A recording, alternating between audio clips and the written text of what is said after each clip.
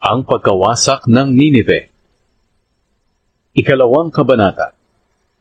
Mga taga-Ninive, sinasalakay na kayo ng inyong mga kalaban na magpapangalat sa inyo. Kaya guwardyahan ninyo ang pader ng inyong lungsod at bantayan ang mga daan.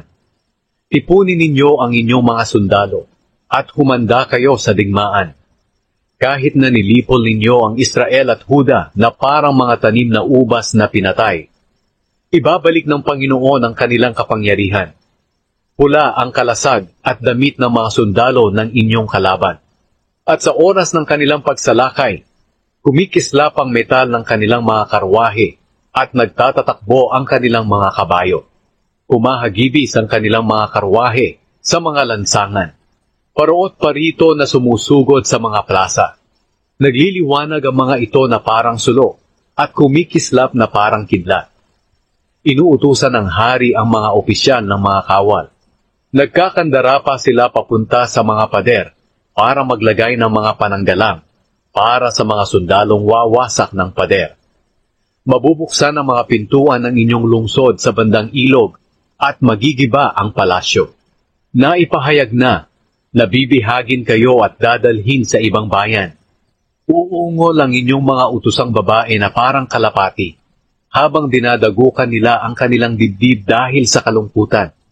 Ang mga taong tumatakas mula sa Ninive ay parang tubig na umagos mula sa nawasak na imbakan ng tubig.